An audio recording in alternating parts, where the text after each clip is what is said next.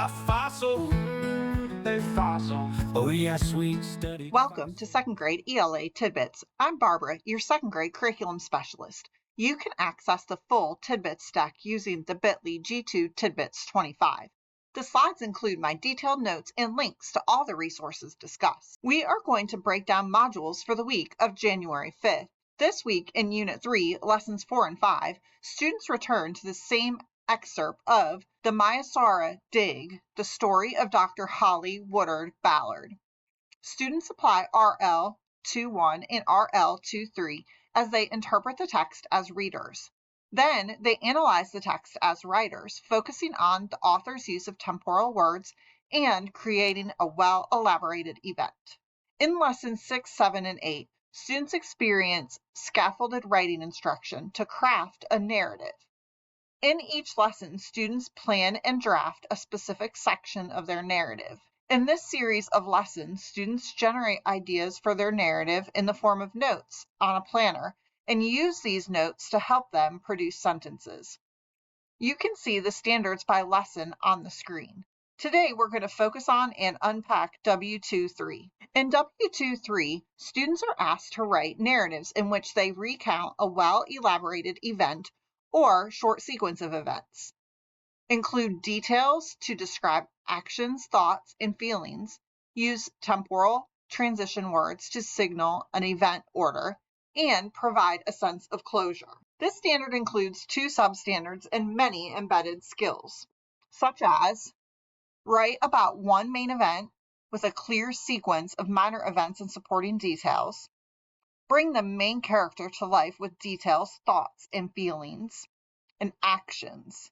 Use temporal words to signal the order of events: before, after, next, suddenly, finally. You can see a full list of skills and substandards on the screen. The natural DOK of W2-3 sits somewhere between levels 2 and 3, depending on where students fall on the writing progression. Let's look at teacher and student actions for W2-3.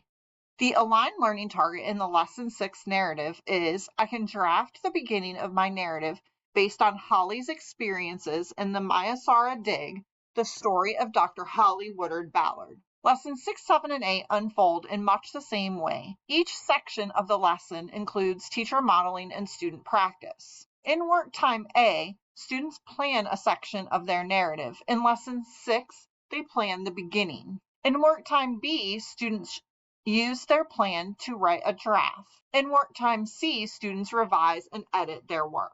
Let's take a closer look at planning in Work Time A. First, the teacher rereads the beginning of the mentor text and uses the compelling narrative anchor chart to establish the importance of the beginning. Then, the teacher models planning the beginning of a new story based on Holly using the narrative planner. Students then work in partners to begin brainstorming their beginnings. Work Time A concludes with students adding their ideas to the beginning section of their planner. To track student progress in W2-3, use the narrative writing checklist.